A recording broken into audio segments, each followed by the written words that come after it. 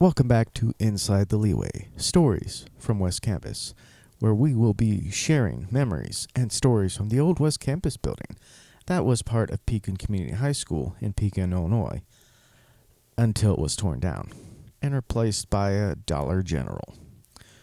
The stories from the halls, the classrooms, and that unforgettable leeway. I'm your host, Scott Action Jackson, from the class of 1998. Today, we're actually hearing from Matt Snell, who graduated from class in 1996, and was kind enough to share some of his memories from West Campus with us in this audio format that he submitted. The first question asked was, your first memory stepping onto the campus? I'd say my first memories stepping onto the campus at West Campus were probably just excitement. That's what I remember the most about my first days being a freshman at West Campus. It was a big, new, exciting place, and I knew that I was going to make all sorts of friends and that it was just going to be a great time. There is some excitement to exploring the unknown. And for this case, it is exploring a new building and where your future is going to be for at least, should be 4 years. The second question, your favorite story or moment from your time there? My favorite story from my time there, it all comes down to memories. And what I remember the most is meeting new people, making new friends. When I was in high school, we had all come from, 4 or 5, maybe 6 different junior highs. And so you got these groups of people who you were the same age as, but you'd never talked to them before. And now you're having classes with different people, new people, and you get to talk to them. You get to talk to these different people you've never met and make new friends. And so sitting around the leeway at lunch, whether it was down on the floor, up on that bench, you met new people, you talked to new people, you looked at the people walking by, you got to be a bit of a people watcher. It was pretty fun. And so that's really what I take with me is those memories of meeting new people. I feel like when we all go to like high school and eventually college, we should go out there and meet new people. And if we're lucky, we find others who have similar interests that we do. That's something that should be a goal. Now, we are, human beings. We should be social beings. Should be. Not all of us are. I know sometimes I'm socially awkward, but sometimes. There are times when I do try to talk to people who might pique my interest, like if I see somebody with a Doctor Who shirt or maybe a Ghostbusters shirt, maybe even a Thundercats shirt. Third question, who was someone at the school who impacted you the most? I don't know. I remember a few of my teachers there at West Campus. Mrs. Neal, who also lived in my neighborhood, she was a lot of fun. She made the English class and reading. I was not much of a reader, but she made those things more fun. She explained really well the types of symbolism and things like that in books and stories, and I really enjoyed her. I remember Mr. McCabe, history teacher.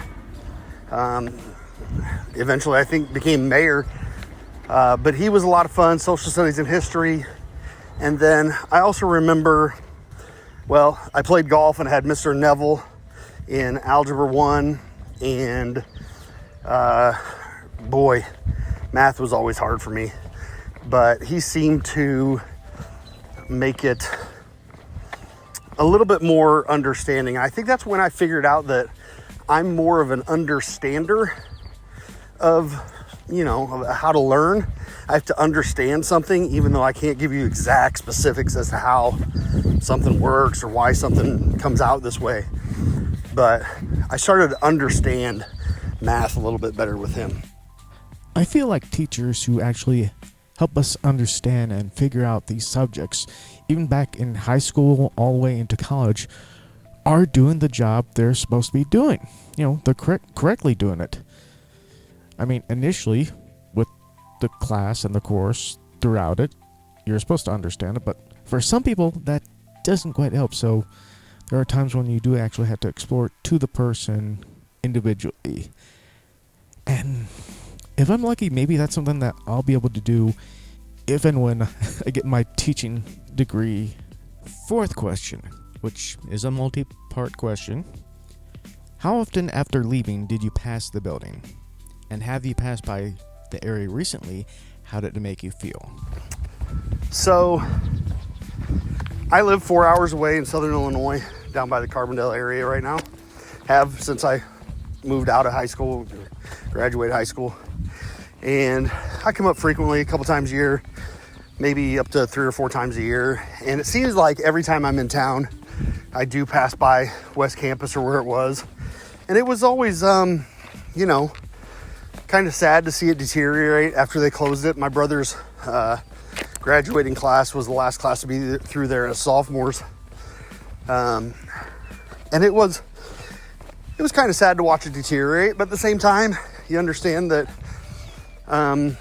progress happens, and it's just a building, and really it's more about the memories that were made in there than anything. And yeah, last time I was up north just a few weeks ago, and I did drive by heading down towards to get some donuts there at Tato's, and I saw that property again, and really you just kind of think, hey, that's where I went to high school at. Made some good memories there. To be honest, I don't know how much of progress it actually is to totally bulldoze and demolition a historical building that could have been useful for the community. But then again, we weren't the idiots who were in charge of the city of Pekin. We weren't the higher-ups making the decisions. Overall, it is about the memories. And that's something that's special about the place. And I'm sure with other high schools and other great historical buildings like this, the one that we had, it's going to be a similar case where there's great memories to be had. The fifth question. If you could walk through West Campus one more time, where would you go first? To the gym. I think that old gym, I've grown up to be a coach in a high school, not in basketball or anything, but one thing that I do when I go to different high schools and I get inside of them is I like to go see, where the kids play at, where the basketball teams go. And boy, that West Campus gym was special. It was one of those that you might see in the movie Hoosiers from way back in the day. And I got to play on that floor a few times. I played freshman basketball, and that's where we played. And it was a lot of fun. I really enjoyed those times, and it was just a beautiful old gym. I think that's where I'd go back with the old trophy cases out front and concession stands and ticket booths. It was a pretty neat old barn down there. Oh, the gym and gyms in general. There was two. Since the entrance itself had a boys and girls entrances, there was actually two gymnasiums. One was the girls' gymnasium, and one was the boys, where most of the basketball games took place, and I think some volleyball.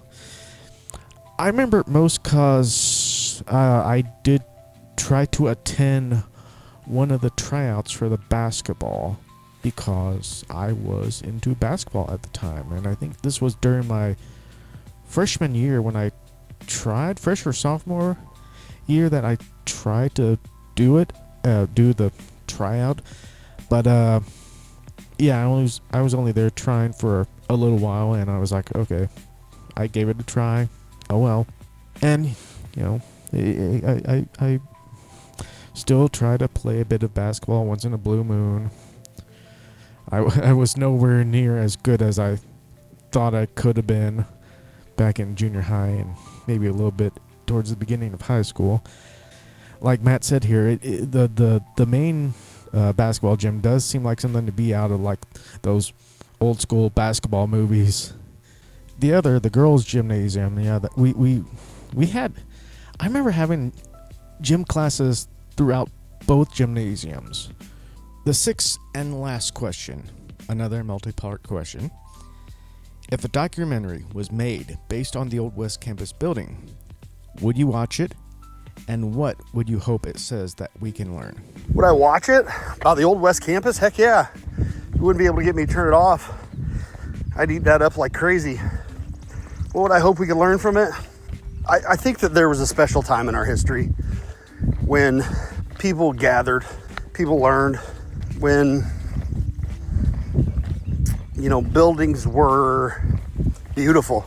We keep popping up all these new schools and new buildings and new whatever, and they're just concrete and steel and glass, and I mean, maybe to some that's a certain type of beauty, but man, West Campus, the theater, the entrances, that old gym, they were built different. They had such a architectural, I don't know what, but everything was just beautiful. And do I wish it was still around? Sure, but I understand. So what can we learn from it? I don't know, just that West Campus was a heart of a community. It's still incredible how a single building can hold so many lives, laughs, and lessons, the triple L. Thanks to Matt for sharing his memories and stories with us. If you'd like to share your own West Campus memories, I'm still collecting and awaiting responses. Just reach out and message me directly or comment wherever you found this episode that you want to be heard. I'd love to hear from you. On our next episode, we will hear from Sarah, who was Sarah Job back in high school, and her memories of the lack of air conditioning in that old building. So thanks for stepping back into the leeway. Until next time, let's keep her memory alive, one story at a time.